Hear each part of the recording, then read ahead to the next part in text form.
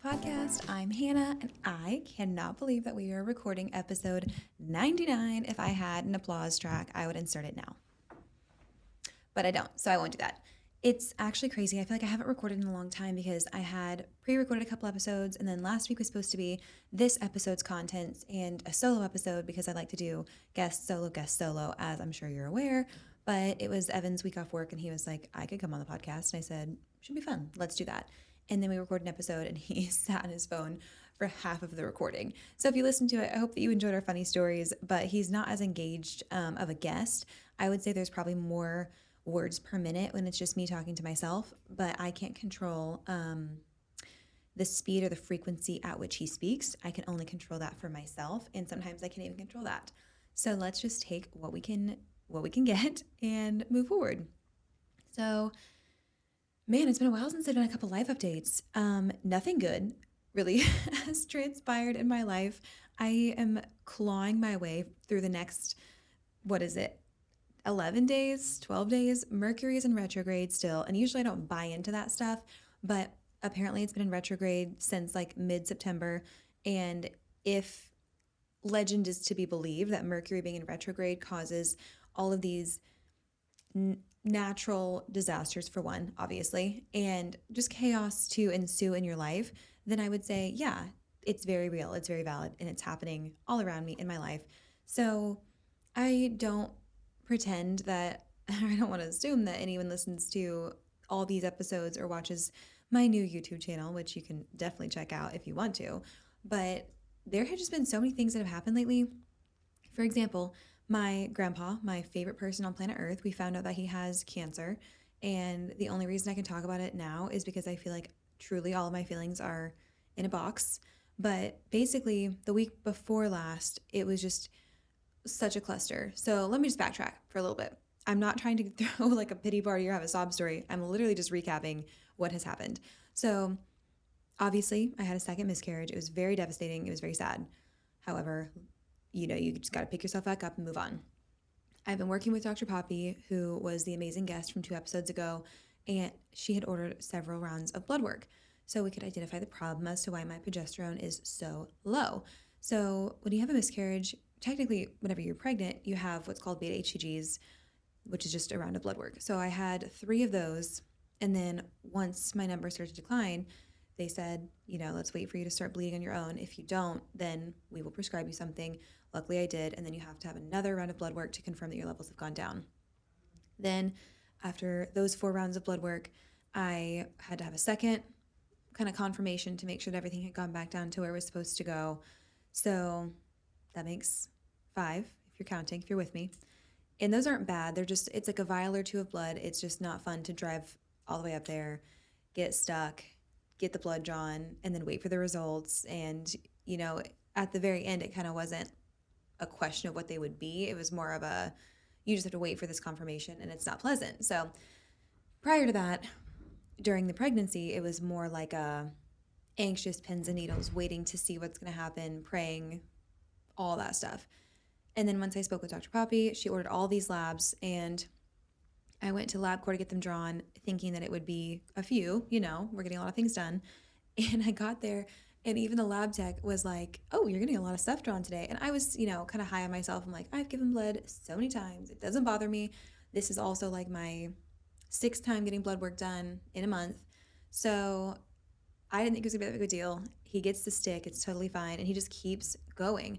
And for reference, when you donate blood and you give like a little over a pint, you're probably hooked up for anywhere from like 8 to 15 minutes, just depending on how fast you bleed and like how much you're squeezing the little thing they put in your hand. I usually don't squeeze it too much because if I bleed too fast, I get lightheaded. So usually around like 11 minutes. And I feel like I'm hooked up for the same amount of time for these draws. And usually a draw is like a minute or 2, maybe.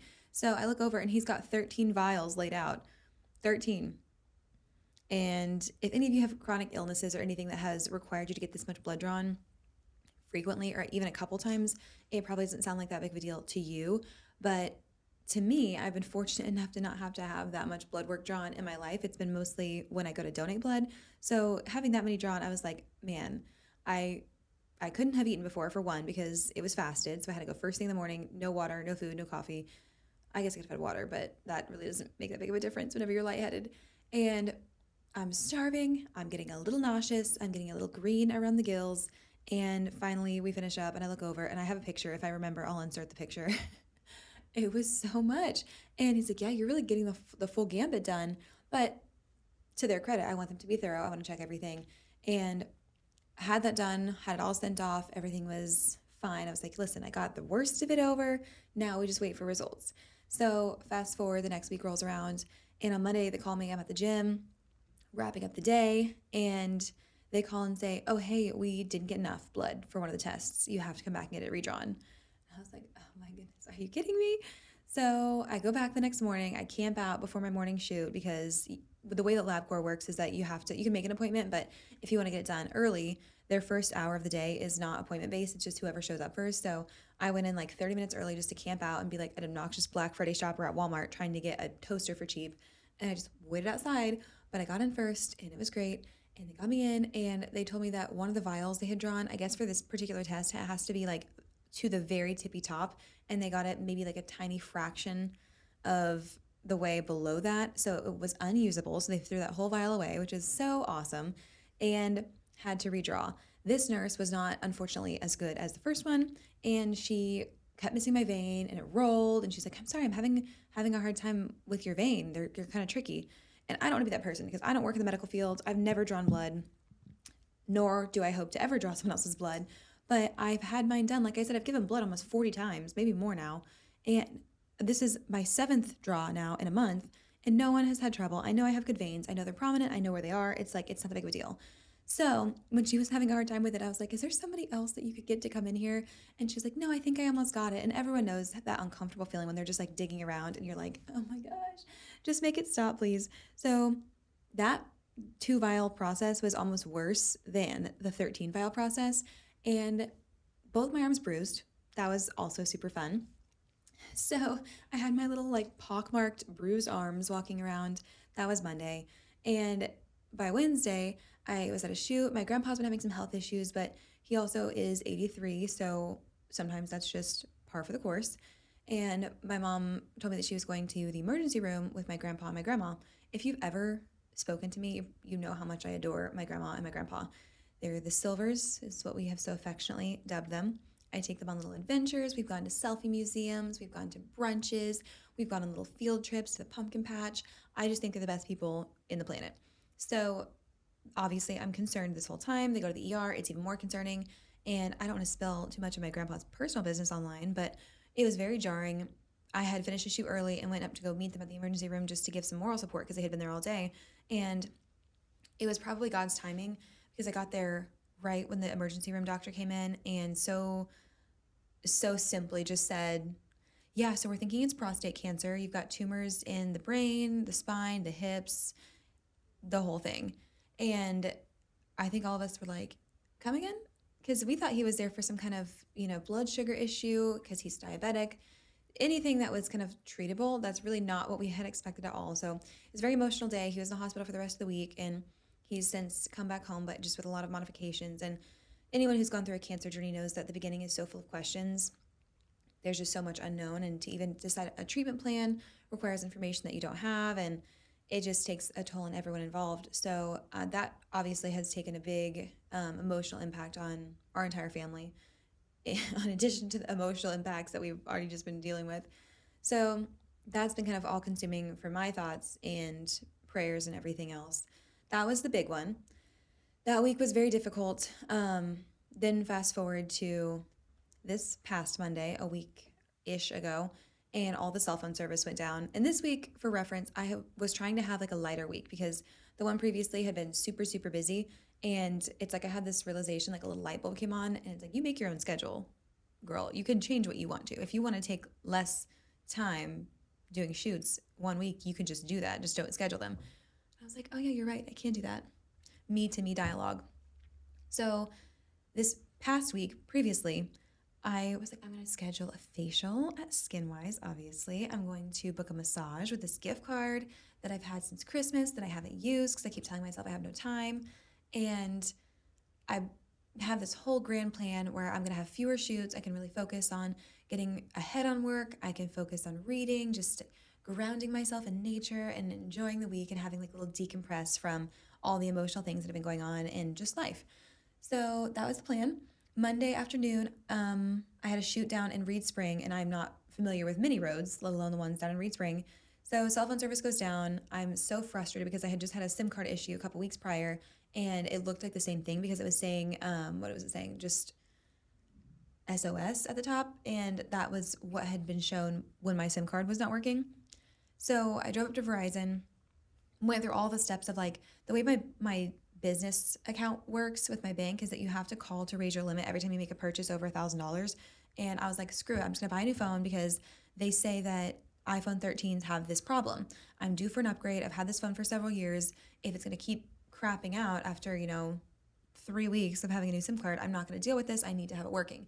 So I was like, whatever. I call the bank from my husband's phone because mine's not working, get the limit raised. We go to Verizon, and there's a crowd of people outside. And I was like, oh, this is not good. So fortunately, it wasn't just a line of people looking to get a new phone. That would have been frustrating.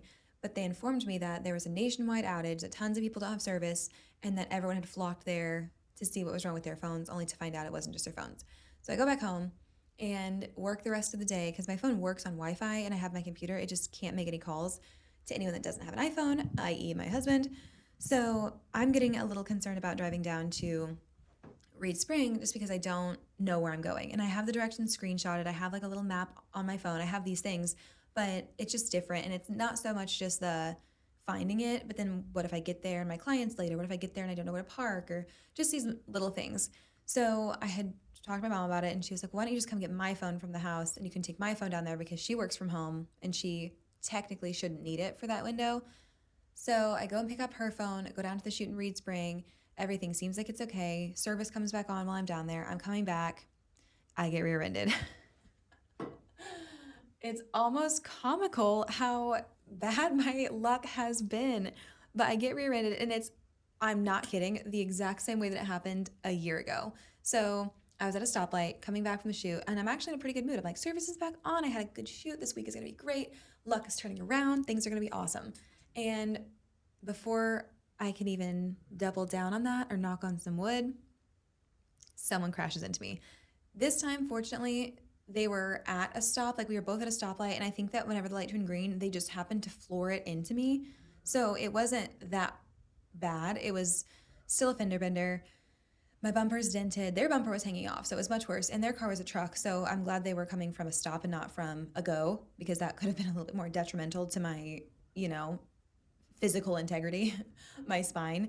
But last time I was at a stoplight, but it was a new stoplight, and somebody didn't see that it had turned red, and they came from like 50 miles an hour, crashed into me. But luckily they were driving a sedan, so the damage wasn't as bad. So honestly, if it had to work out the way that it did, at least the damage was minimal. They had insurance. They gave me their stuff. And besides the like normal stiffness that you get from like tensing up and having that crazy adrenaline rush, if you've ever been in any form of a car accident, then I am totally fine. I'm not that big of a deal. It's great. The insurance, however, it was a whole process where I know the people at Crash Champions in Nixa due to the previous accident. So on Wednesday of that week, I took my car in, and they were like, we saw your name on the schedule. We didn't think that, lightning would strike the same place twice. I said, you don't know me then, because I am on a streak of lightning striking me twice. So I get my car, drop it off with them, and they're like, well, we really can't tell the extent of the damage to give you an estimate until we take the bumper off, and that will take a little bit of time. And I was like, that's okay. I already planned for that. I have a ride coming to pick me up, so you guys can just take it and look so you can get the estimate to the insurance. They said, okay, perfect. That's great. They take the car. I leave. I go back to work, do everything else, and then the adjuster calls me, and they're like, hey, you can't just drop your car off. I said, what do you mean? And she's like, well, they can't take the bumper off until we've approved the estimate. To which I say, well, they told me they couldn't write an estimate until they take the bumper off and look at the full extent of the damage. And she said, no, that's not how it works. They need to look at it, eyeball it, give an estimate based on what they can see, send us that estimate, we'll approve it, you make an appointment, you go drop it off at the repair shop. Then when they take the bumper off and look at everything, if there's further damage, then they call you, you schedule another appointment to bring it back after we approve that round, and then you get it fixed. And I said, no offense, but that sounds like it would take much longer than necessary considering that my car is already at the mechanics.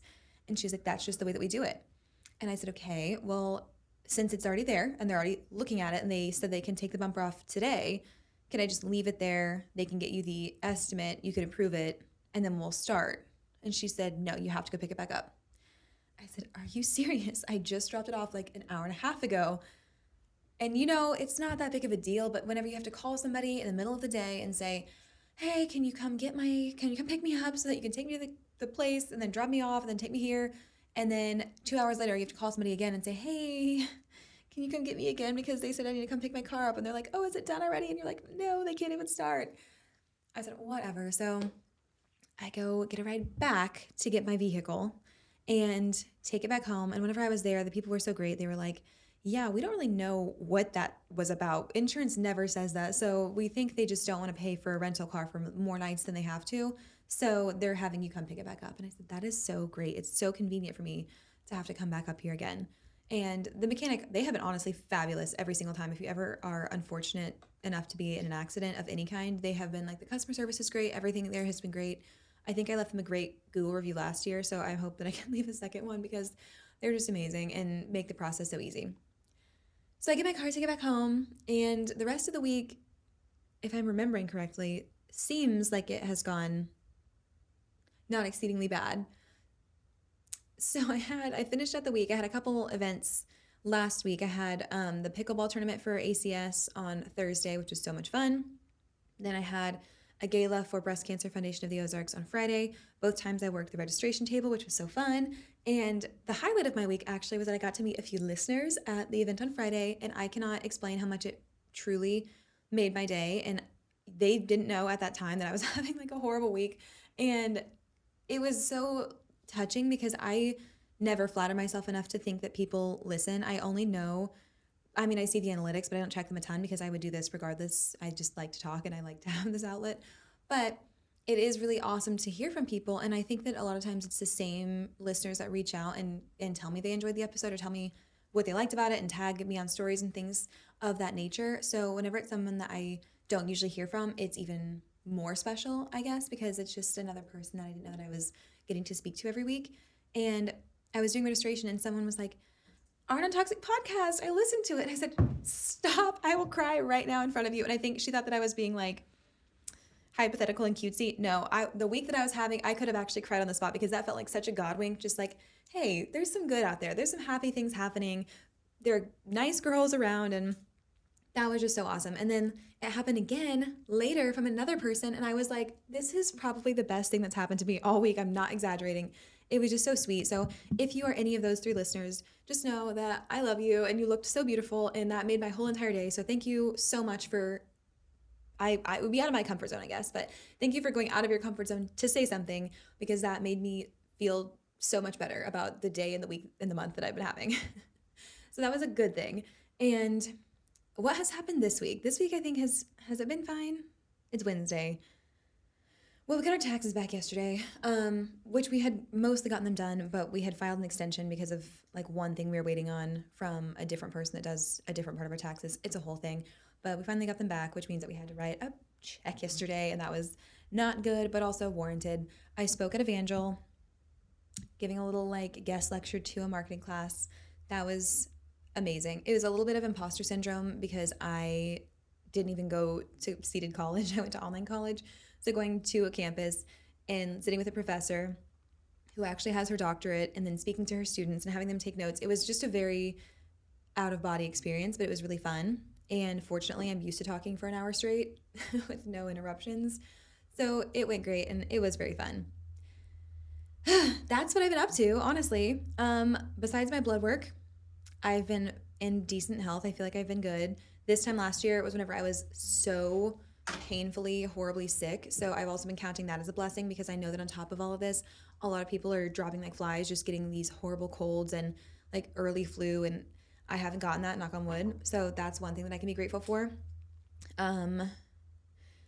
Also, this horrible weather that's been happening has for some reason been striking a nerve with me, even though I don't have family down in Florida. It's just so devastating to see everything online with Hurricane Helene and Hurricane Milton and Evan used to live in South Carolina. The Carolinas have been severely impacted.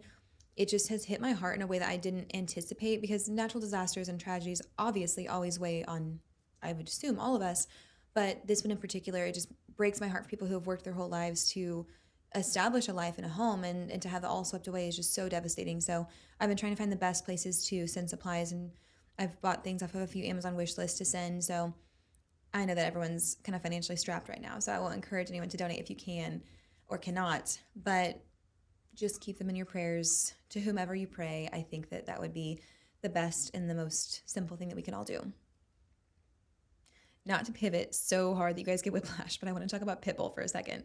So it's been a couple weeks now because I haven't had a chance to record, but the Pitbull concert that I got to go to, I kind of alluded to it in the last episode that I recorded and spoke to you, but Thunder Ridge had reached out to me and asked if I wanted to do a collaboration, and I said, obviously I do. So they sent me this awesome gift bag beforehand with the tickets and with some snacks and a t-shirt, and everything was so fun, and I was mostly just excited about the concert, but the chance to work with them was obviously a huge honor.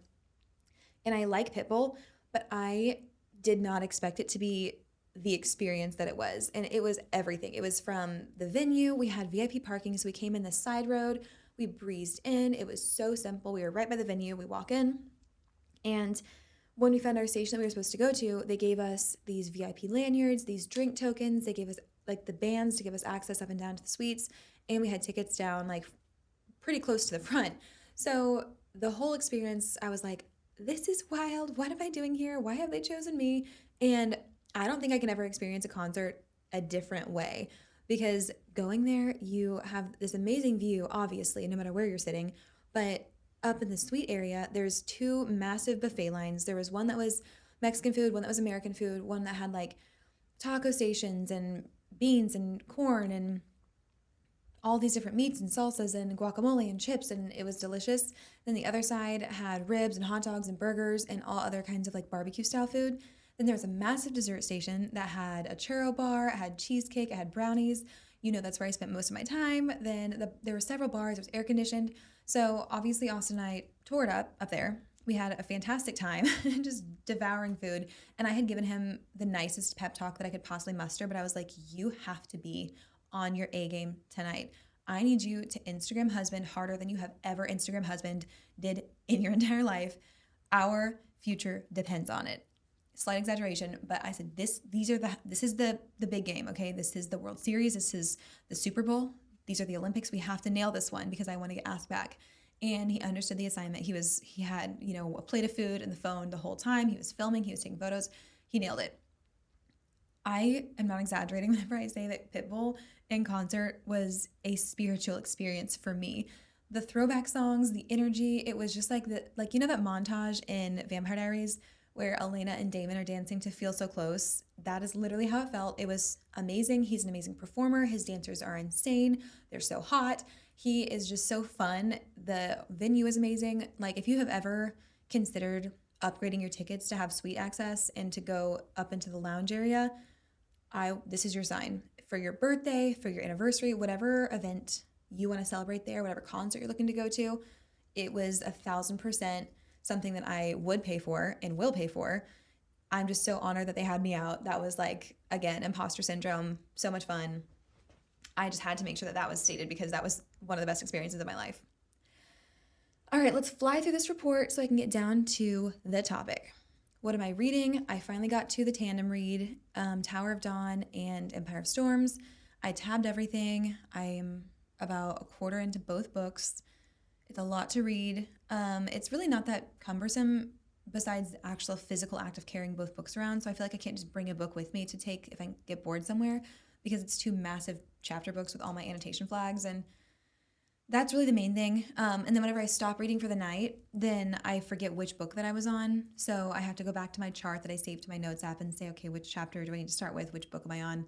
Besides that, it's pretty simple. I tab at the beginning of the chapter that I am like supposed to resume reading at. So whenever I get to the flag, I'm like, okay, I should stop and switch books.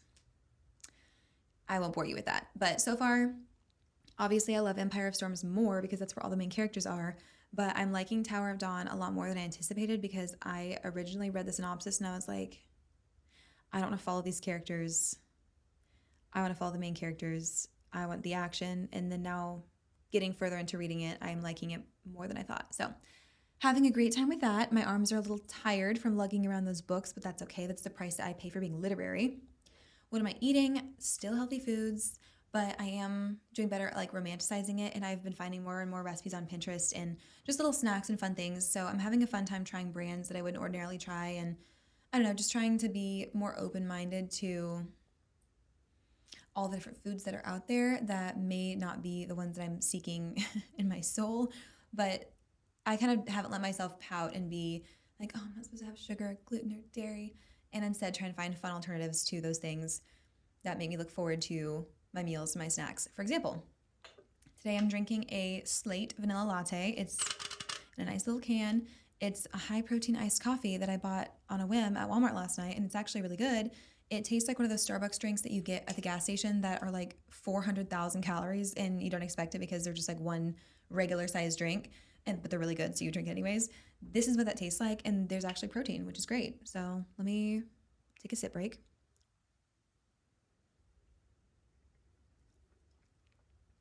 Yeah, and I am noticing now that this says the equivalent of 2 cups of coffee. So beware of that whenever you slam these, because I didn't know that, and now I do. Anywho, what am I obsessing over? Actually, no, I skipped playing. What am I playing? Ambient YouTube videos. I feel like I'm a broken record. I keep saying that. And I did shout out to Brie. I did give her credit because when she had spoken on the pod last year and said that she loved listening to jazz around the house, I was like, Brie, are you 1,000 years old? That's crazy. That is so weird. And I ate my words. She was 1,000% right. She is ahead of her time, a visionary, a genius. Listening to jazz, it's like it just works with my brain. And the reason that I started listening to it is because I don't do well with silence, but I find myself getting very derailed if I'm listening to a YouTube video or a podcast, whatever I'm trying to work, because it's like two different narratives happening at one time. And obviously you can't give your full focus to both. So I end up either neglecting my work or neglecting the video that I'm listening to. So this allows me to have something in the background. And even music with words sometimes doesn't bode well with my focus because I know the words and my brain wants to like sing those, I guess. There's an Eras Tour concert happening in the back of my head while I'm trying to make a spreadsheet, and it's very distracting. So the jazz, there's no words, it's soothing, it's upbeat enough that it's not like lulling me to sleep, but it still feels calm and soothing. It works with my brain, and I like the YouTube videos because I can put on one in the background, like on the TV in the living room if I'm working from home or on my iPad or wherever, and you can pick like a nice little fall scene. So I take this way too seriously where I will spend probably 10 minutes scrolling through to find the perfect setting for how I want my day to be. Do I want like a rainy coffee shop in New York? Do I want a bright, sunny one like overlooking a river? Do I want something in London? Like, I don't know. I get way too into it, but it's another just fun way to romanticize the day. And I love it. There are so many, like, it's a whole new world. I had no idea there were so many ambient sounds you could listen to. Highly recommend that. Obsessing, overnight oats, my favorite snack. There's a million recipes. My current one is I'll do regular oats, some peanut butter powder, like the PB2, whatever, that, some oat milk, and some chocolate granola. And then you shake it up and then you soak it overnight. And it's actually super rich and delicious and it tastes like a little dessert. It's good after a workout too. And usually I'm not somebody who can reach the limit of my sweet tooth, but the one that I made last week was a little bit too sweet. I think I had protein granola and I used a chocolate protein shake instead of almond milk or oat milk, and it was very chocolatey, so I had to split it up between like two breakfasts, and it was fantastic. So overnight oats, my current favorite snack. Also Cobra Kai, we finally got caught up to the mid-season break where it's at right now. I had my first existential celebrity crush crisis, which in comparison to everything else happening in the world is really not that much of a crisis, but I had my first celebrity crushes that were younger than me, and I'm still processing that, and I'm not ready to speak about it at this time because it makes me feel matronly and decrepit. Moving along. Recommending listening to self-help books while you clean. I have had such a busy month, and I don't know if I've spoken about it on the podcast because I don't even know what I've talked about, but for the entire month of September, I had like double header social events Friday and Saturday, all the weekends, and then Sunday had either like coming back from Arkansas, coming back from Columbia, having just going to sit with my grandpa, all these different things where I was never home. So I was severely needing a Sunday reset. And I finally got that this weekend. the deepest clean. Like I pulled stuff out, I reorganized, I put things in little plastic containers because that always feels so nice. And I was listening to this book called The Subtle Art of Not Giving a Beep. I know I can say whatever words I want to, but also it just feels wrong because I've never said the F word on this podcast. I've said it in my life. Believe it or not, I've said it many times, but it feels wrong to say it here. So it's really good. And I had kind of brushed it off all these years because I've been so passionately anti self help. But I was like, why not? It keeps popping up on my like free for you audiobooks. So maybe the universe is trying to tell me something. And I listened to it and it actually was surprisingly helpful as far as mindset shifts. And it's not a warm and fuzzy book. It's not something that you should read if you're like looking for a you are valuable, you are important, you are special. It's the opposite of that actually, but it flows and jives pretty well with kind of my mentality lately, and it was just a good listen. It was a really thought provoking and interesting thing, and the narrator is great. So listening to it for a couple hours, of course, I listened to it on like 1.5 speed, but listening to it whenever I was cleaning, I got through most of the book, and I thought it was fantastic. So I definitely recommend that.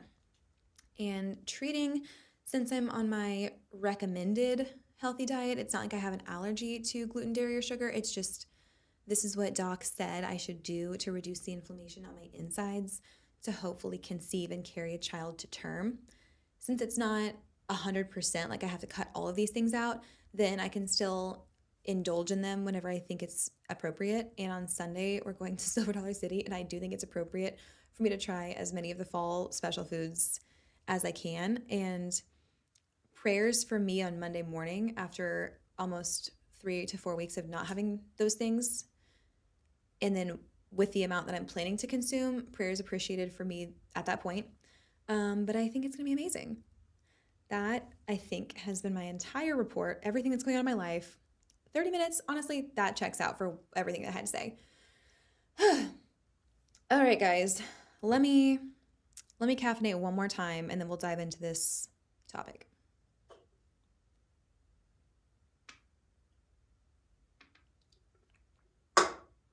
All right, so the topic today, this is actually my phone background right now. Hang on, let me make sure this is still recording because I have a feeling it's not.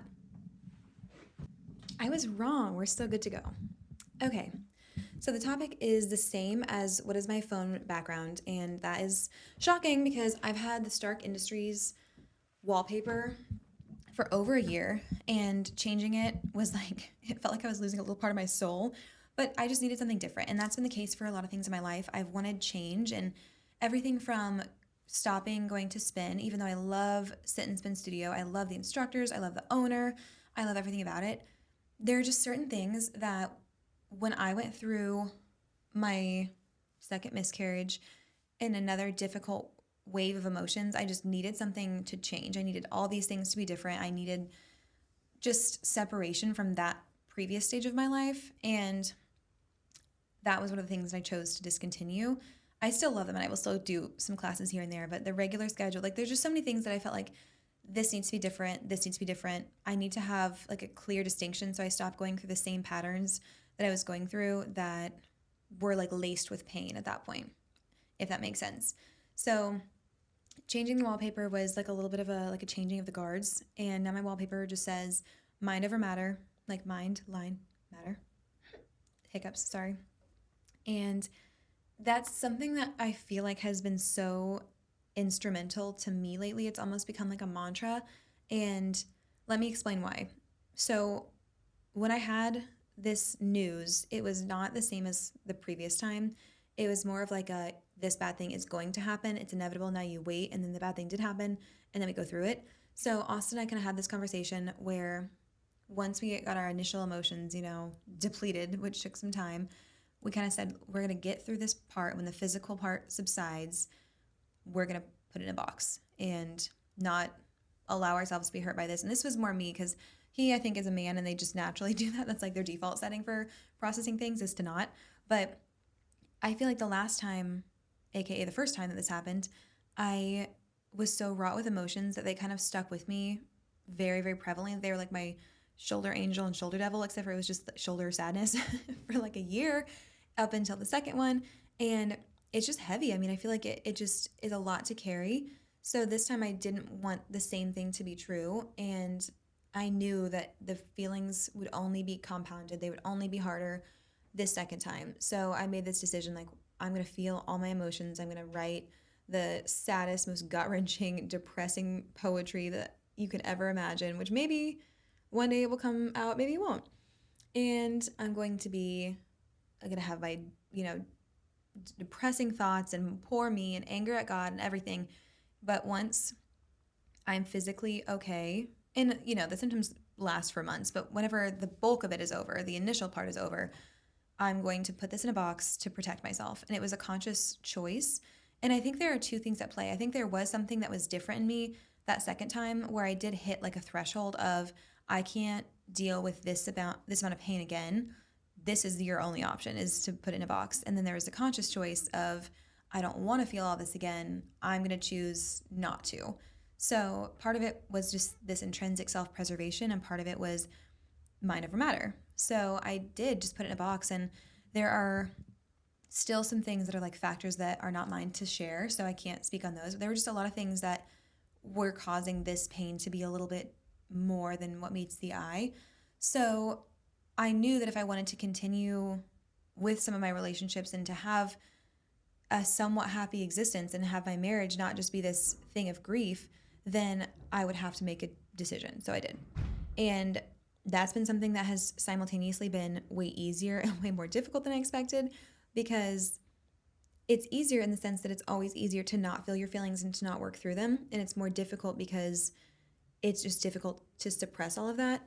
So I think that I honestly have found it easier than more difficult just because I spent so much of the last year feeling like this dulled down version of myself and feeling like I couldn't get back this spark or this color that I knew had previously existed in me. So to put everything into a box that was kind of dulling it down felt like freeing in a way because now I don't have these tethers kind of pulling me back. They're still there, but it's almost like without acknowledging them, they don't have the same hold over you. And that has been helpful. I think that it's a little bit confusing for people around me because I was very different the first time I went through this. And then now when they say, how are you? And I'm like, I'm good. I think everyone's kind of waiting for the other shoe to drop, but it hasn't, knock on wood. But I think that there's been a number of things at play. So obviously I've done this wellness challenge with my brother. I've gone into this phase of healthy eating. I've had a lot more strict of a schedule than I had before. And I think that if you would have told me before all of this had transpired, I would have said that is the worst time to go on a healthy eating kick, to start a workout plan, to do all these things. But now looking at it, I think that it has been the most instrumental part of my healing because we all know what my preferred habits are. It's staying up until 3 a.m. on my phone. It's excess screen time, eating candy, not having meals until dinner. It's tons of caffeine. It's like mania and chaos. And that's where I tend to thrive. And to have this thing pushing me to be more disciplined in that I'm going to bed at a certain time, I'm waking up at a certain time, I'm staying off of my phone because I'm going to read, I'm going to meditate, I'm going to journal, I'm going to do Bible studies, I'm going to actually stick to a workout program and not skip some days and then go crazy some days. I'm going to watch what I'm putting into my body and hopefully pursue more healthy options, not just in like the caloric sense, but in the ingredient sense and everything else. So having that structure, I think, has kept me in a spot of not productivity, but in just a healthier mindset overall because I have so much else to focus my energy on. And I mentioned this a little bit in the episode with Evan that if I had not had any of these safeguards, like these bumpers in place, I think that my already somewhat destructive habits would have just gotten exponentially more destructive and I would have slept even less and probably ate even less and had crazier workouts and taken on more work projects. And without this intentional focus on health inside and out, mentally, emotionally, physically, I think that I would have severely let myself go in just a destructive sense. So this has been good. I think it honestly has given me something to focus on and throw myself into and given me purpose physically in a way that is healing because when your body fails you in a sense, when you feel like it's not doing something or performing something the way that you think that it should, it leads to this physiological disconnect where you think like my body is not serving me, it's not doing what I want it to do, it's broken, it's defective, whatever. So focusing on making my body strong and fueling it and taking care of it and doing these things for performance that I can control in the gym and pushing myself, those are all things that are allowing me to love my body again, not for how it looks, not for what it does fertility wise, but for what I can do and what I can control. And it just helped me have a healthier relationship with my physical being, I guess, again. And that has been just also instrumental in me healing. And of course, endorphins are always great. They're a fantastic way to improve your mental health and your mood. Um, I think that it was just a hard thing for me because checking myself and realizing that this pouting, this self pity, this anger, it doesn't do anything but punish me. And this was never a conscious thought like, oh my gosh, these things are not serving me at all. I should let them go. It was almost after I had made that decision. And I don't want to say I was having a pity party for the past year because that trivializes all the emotions that are very valid that I was feeling. But I was allowing myself to kind of stay in that place. And I think that I needed to. And I felt like that honored this life that I had lost. But whenever I chose not to feel those things, I don't feel like it was doing, any less of a service to my grief. It was more of a, oh, I was really like anchoring myself down. I was holding myself back because feeling all these things at that point, I think was my only option. And now I think that I realize it doesn't punish the world. It doesn't punish the unfairness of life. It doesn't punish God. It doesn't punish people who are able to have babies easily. All it does is punish me. So letting go of that, I think that it was just freeing for me. And I think for a while I had this anger and this edge that I wanted other people to feel. So if people would ask, how are you doing? How's this? I would want to say it's been hard. I would want to say I'm struggling. I'd want to say it's sad and almost like counter their positivity with a little bit of negativity just to show that I'm going through it. And it wasn't something necessarily that I was choosing to do. It was just this resentment towards anyone who wasn't sad whenever I was so sad. And now it's like those things don't stick with people, and people do care, and people have been incredibly supportive and kind to me. But the reality is that you're the only person that exists and cohabitates with your own pain. So if you keep feeding it and letting it get bigger, it's never going to hurt other people the way that it hurts you. And those closest to you might feel some of the ramifications of your sadness in the place that you're in. But me inflicting my bad attitude, my bad mood, my sadness, and my despair onto others does nothing but make me more susceptible to those things. So letting go of that has been a little bit of freedom for me. And I'm sure has made me more pleasant overall to others. Maybe not because I am kind of good at faking it too. So maybe people haven't noticed that I felt like that, but whatever. I do know that there's good anger and there's bad anger. I think the bad anger, obviously, it cripples you. It makes you hate the world. It makes you feel self-pitying. The world owes you something. It almost causes you to stagnate and freeze in place and makes you so petrified of if you let go of your anger, then you had no right to be angry in the first place. And that's just not the case.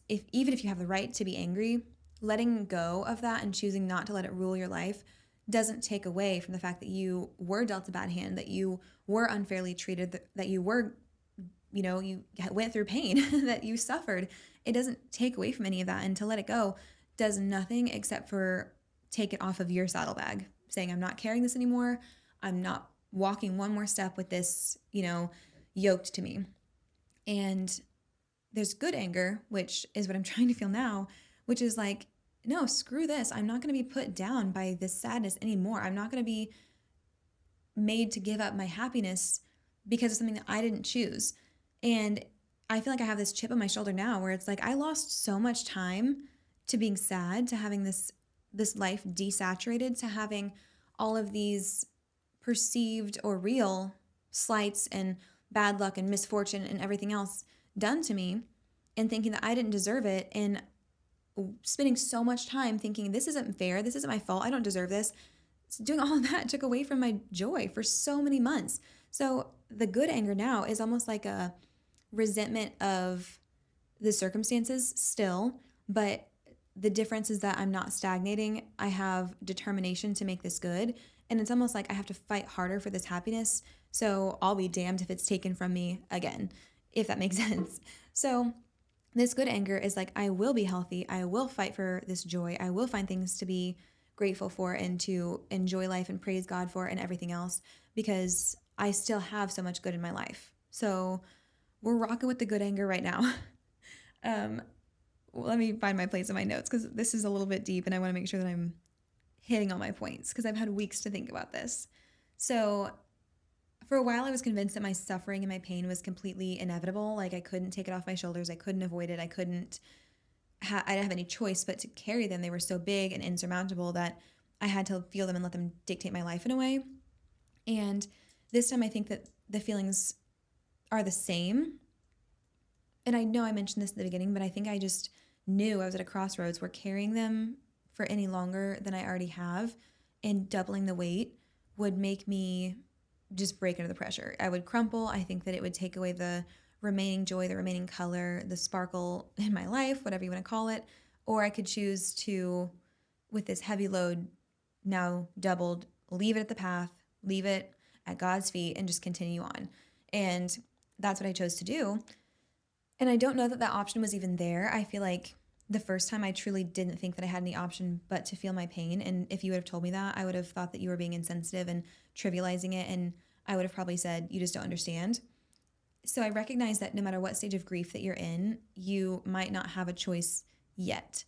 And for me, I don't think the choice presented itself to me until I was faced with, double your grief or let it go.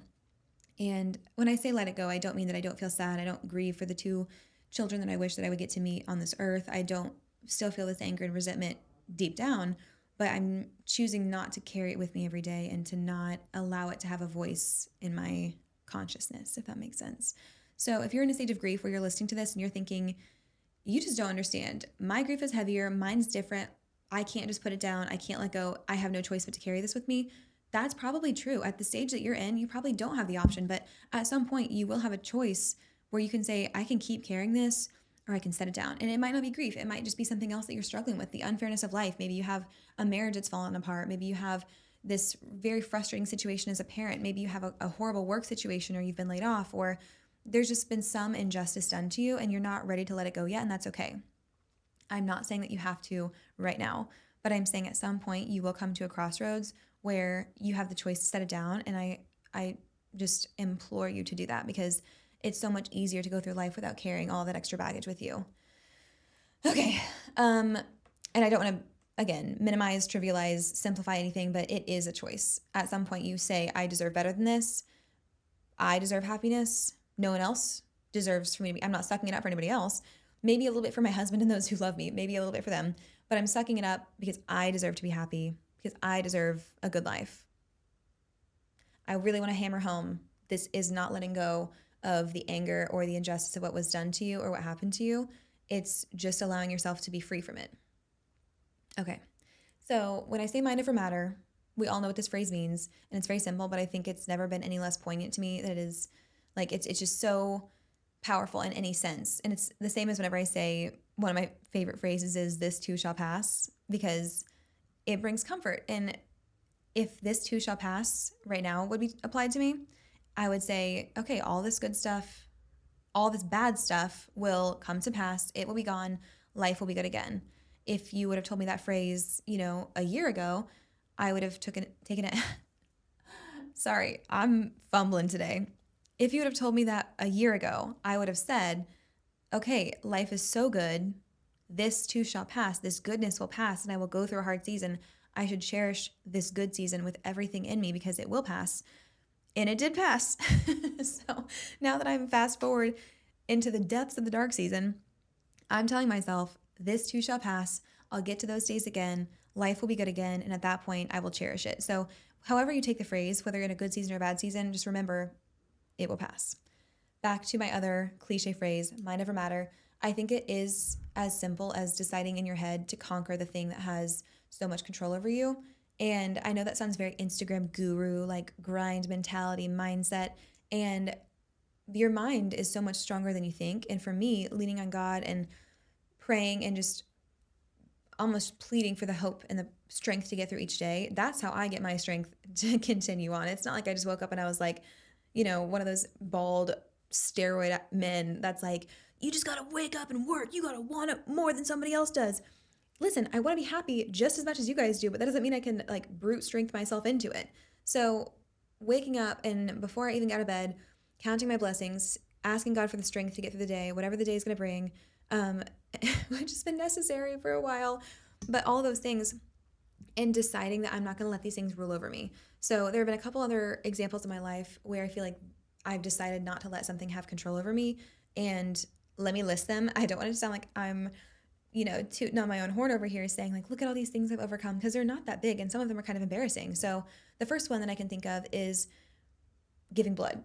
Ironically, I used to have a crippling fear of needles to the point that if you even mentioned it, I would like have to physically cover my elbows up. I had this fear going to the doctor because I was afraid that no matter what I was going in for, I could be going in for bronchitis and I would be afraid they were going to try and draw my blood. I was petrified. I was so scared, and I knew it was literally a crippling phobia. I couldn't see it on TV. I couldn't talk about it. It would make my hands start to tingle. Like, I was so afraid, and I hated it. So when my mom went through breast cancer and I saw her get injections and biopsies and all these different transfusions and chemo and everything that was done with needles, I was like, I have to get over this. Like, if she can suck it up and do all this, I have to get over it. And I also knew that there is some inevitability in needles and blood draws. It's not, we can't get through life without it, most likely. So I made the decision that as soon as I turned 16, I was going to go donate blood, and I was going to keep doing it until I conquered my fear. So whenever I was 16, seriously, the day after I turned 16, I went to the blood center, I gave blood. I didn't sleep for probably 3 days because I was so nervous about it, and it went way better than I expected. And I think it's difficult because you have the initial stick and then you have this weird, like, you're hooked up for a while, like I said. So you kind of have to self-talk through it. And when I got the first one done, it was almost this euphoric sense of conquering, like this high. And I was like, I can do hard things. I can get through this. And I was so proud of myself for that. And fast forward, now I'm almost 26. I'll be 26 next month. Mark your calendars, November 17th. So now it's going on 10 years of doing that. And I truly don't think that I have a fear of needles anymore. Do I love them? No. Unless they're full of Botox, then I do love them. But I never like it. I still have to go in and look the other direction and distract myself and, not think about it, what's happening. But it's not that big of a deal. And to think that this was something that would make me break out in a cold sweat at the mere mention of, and now I just went through a month where I had to get 7 different rounds of blood work, and I didn't pass out. I didn't complain. That's a lie. I didn't complain while I was doing it. I complained to my husband numerous times. But that's something that I'm so proud of that I conquered, because I was ruled by that fear. The next one is that I used to struggle with really bad jealousy and insecurity of other girls. And that was something that I think started very early on and, of course, extended into my adult life. And the reason that I feel like I was able to conquer that is by admitting it, and not necessarily saying, hey, I'm jealous of you, but by telling somebody, like, you have the most beautiful skin in the world. I would literally never wear makeup if I looked like you. Or saying, you have the best physique. You are so fit. I admire you so much. And career women, telling them I would love to be where you're at. I would love advice from you. Almost like giving the jealousy no air, like deflating it. Because if you're envious of somebody, it almost is admitting that you're less than them in a way. And that's at least how it felt to me. So if I were to tell someone, I think that you are so stunning, I think that you're amazing, you've got it going on, you're the it girl, whatever else, it felt like admitting that that girl is better than me in all of those ways. And there were so many factors at play that led to me being able to let that go. But the first step was always diffusing my jealousy by telling them what they're so great at. And now I feel like I have an amazing relationship with the women around me and just women in general, because I know that there are reasons for me to love myself. And I know that there's so many reasons for other women to love themselves. And it has helped me develop a stronger sense of self and realize that I don't have to be great like everyone else to feel great about myself. And that's a daily battle in itself, and I will do a whole other episode about that. But you can actually listen to this jealousy episode that I recorded previously, and that one I think probably accurately covers it. But that was another thing. Going out without makeup, that was another huge thing, because I've struggled with horrible acne my whole life. I've seen specialist after specialist. I've had it on my chest, on my back, on my face. I have horrible scarring, everything else. So finally getting to go out without makeup and not feeling like I had to hide my face and wear like a baseball hat and sunglasses and a hood and act like I was the Unabomber, I think that was a huge step for me. And the more you do it, the more you realize, like, well, what is someone going to say? Are they going to point out that I have acne? Because I kind of already know that. So if that's the only thing I'm worried about, then why am I hiding my face? And I still prefer to go out with makeup because I just feel more confident and I enjoy it, but I don't have to anymore. And that's been so freeing for me. Those I know sound very trivial. Obviously, the biggest one has been me dealing with my second miscarriage and this resentment that I feel, because truth be told, I do carry a lot of resentment. I just don't give it any power anymore, but I'm resentful that there are women around me that get pregnant so easily. I'm resentful that there are people who have so many kids and complain about them. I'm resentful of all of the, beautiful pregnancy announcements I see on social media. I'm resentful that For me, it's going to cost time and money and a lot of unpleasant injections and other things to be able to do what some women can do just inherently. I have a lot of resentment and a lot of anger, and it's not as easy as just saying, like, oh, it's okay, very sad, okay, whatever. It's not that. It's just that I don't want to be sad. I'm just tired of being tired, and I'm tired of being sad, and I don't want to live like that anymore. So, not because I don't have the right to feel all those feelings, but because I also have the right to be happy, is why I'm choosing not to fuel the fire of all my resentment and all my anger, mind over matter. So, I want to close out by giving you a little pep talk. So, it is always mind over matter. Challenges begin and they end. All of them have to go through your mind. If you decide that your mind is stronger, that you are stronger than these situations, there's nothing that can stop you. You have to go through life regardless. I mean, there's a way out, but I would hope and pray that none of you ever take it. But life is going to happen regardless. Situations can only be managed to the extent that they can be managed, and there's so much that's outside of our control, especially in today's world. It's broken and it's cataclysmic, and it's conflict everywhere. It's devastating, and there's despair and brokenness and heartache and difficulties everywhere. So your mind has to be stronger now than it ever has been, and to do that, you have to decide you are stronger than all of these things that are going to try and take you down. I know I sound so much like a rah-rah Instagram coach. Like, this should be the speech they put over the background of those NFL hardest hits videos on YouTube. Like, you have to succeed as bad as you want to breathe. Like, that kind of speech. I hope it's that good. It's not. Eric Thomas, I could never be you. But I think that you just have to decide you are stronger than that and stick to it and don't accept any other option. So you can conquer that fear. If you're listening, take a second and just ask yourself, what is ruling you right now? What fear, what lie, what reservation, what's holding you back? What has power over you? Is it your weight? Is it your relationships? Is it your loneliness? Is it your career? Is it the book that you won't let yourself write? Is it the YouTube channel that you won't let yourself start? Is it fear of looking stupid?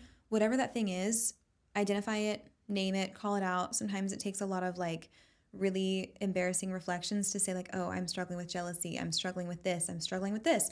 It's hard, but ask yourself what that lie is. What's holding you back? And accept that it is mind over matter.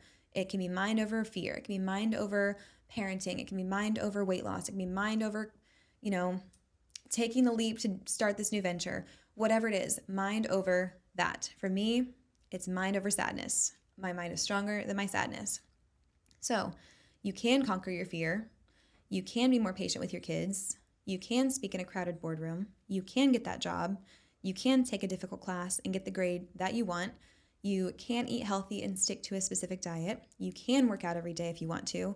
You can talk about it and not cry. You can do another round of blood work. You can be happy for other people that are pregnant. You can keep the faith and let go of your anger at God. You can see these last few are me at me. But the point is, you can do these things. It's just you have to decide for yourself. And if you don't decide for yourself, these things won't happen. If you just keep waiting for the strength to get up and do these things, if you wait for the strength to have this conversation or to pursue this venture or to get through your own emotions, if you wait for the strength, you will never find it. You have to decide to mine it out of the depths of your being somewhere.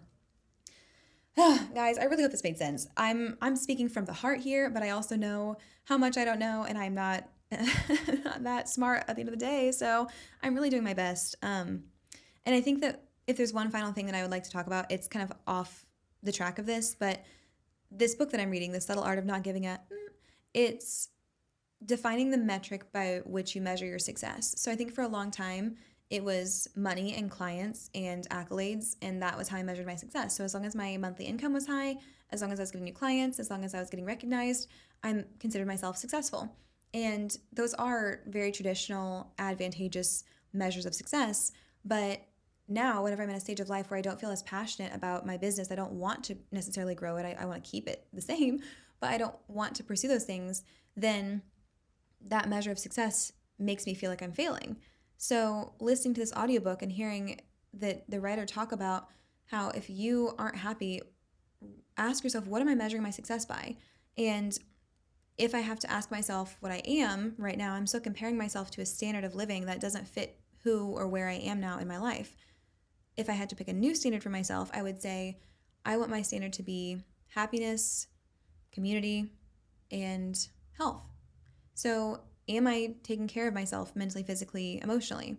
Am I nurturing the relationships around me? Am I showing up for the people that need me? Am I making sure that I'm spending more time with my family than with my phone? Am I looking for things that I have to be grateful for versus focusing on the things that are negative?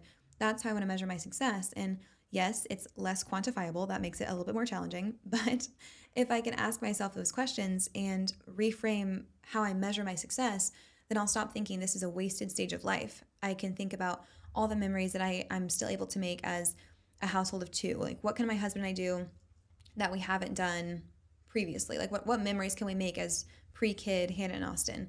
What are the future mom and dad lore that we can come up with? So there are so many things that I'm choosing to use as my metrics of success so that this stage of life no longer feels wasted. It no longer feels like some kind of glitch in the timeline that was never supposed to happen. This is the hand I was dealt. This is where I'm at. This is exactly, where I'm going to live out my days until we figure out how we can time travel or switch timelines or quantum leap or whatever. We'll leave that to Elon. But for now, this is where we're at. So I'm just done being a victim. I'm done making myself feel like I have the worst luck of all of them because, to be quite honest, I'm so apparently blessed that there's no reason. It's an insult for me to think that I have it so bad. Man, I just rambled a lot, but I am thankful that I got my feelings out. I hope that this resonated with some of you guys. And next week will be the 100th episode. I'm so excited. It's going to be a great episode. I'm thinking of doing maybe like a fun little giveaway. I don't know. With everything that's happened, I haven't given as much thought to that as I probably should have, but I hope that you tune in. And if you're still listening at this point, I would love to hear from you guys. I don't think you realize, like, I sit here in this empty studio and I record, and then I edit in my empty office and I post, and I post the clips, I post everything else, and you might listen to it, but if I don't hear from you, it's basically like I'm just talking to myself. And I'm a silent listener of so many podcasts and watcher of YouTube and everything, but I don't think you understand just how much it means to me to hear from you guys. And I've been kind of in a lull with this podcast in particular. I think just deciding where I want it to go and how I want it to change and so on as we get to episode 100. So hearing from you guys just gives me this like spark and this motivation to continue. So if you're listening and you have it in your heart to say something, just please let me know that you're a listener or that you've tuned in, and that would make my whole entire day better. Okay, that is that. Thank you guys so much for listening. I hope that you've enjoyed this episode. I hope that you got something from it. I hope that you're having a wonderful week. I hope that you guys treat yourself on Friday. I hope that you have all mountains, no valleys. I hope that you survive Mercury in retrograde. And I will see you next week. Bye.